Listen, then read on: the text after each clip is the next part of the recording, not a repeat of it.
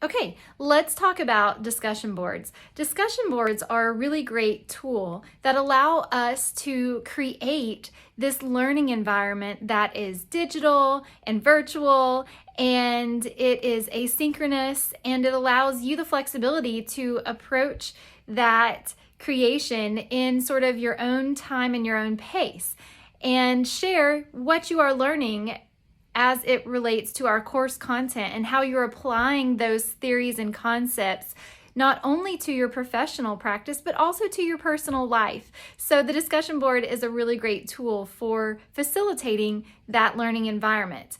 So as you approach the discussion board, what you're going to want to do first is make sure that you understand the prompt, that you have read through the instructions, and that you are prepared to answer them in their entirety so that you can get full points for posting your initial thread. That is part of the assignment.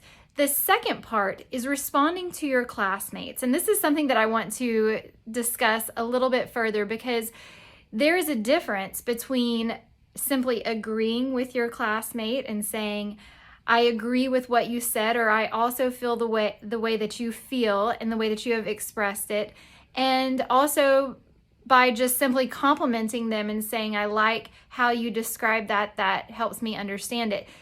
Those are all great things to do, but if we leave our comments right there, then we are not contributing to the discussion and moving the discussion forward. So what I want you to focus on when you make your replies, how does what that student has said, how can you respond that drives that conversation forward and moves the discussion forward as far as it relates to our course content? Can you add an example prompted by the example given by your classmate?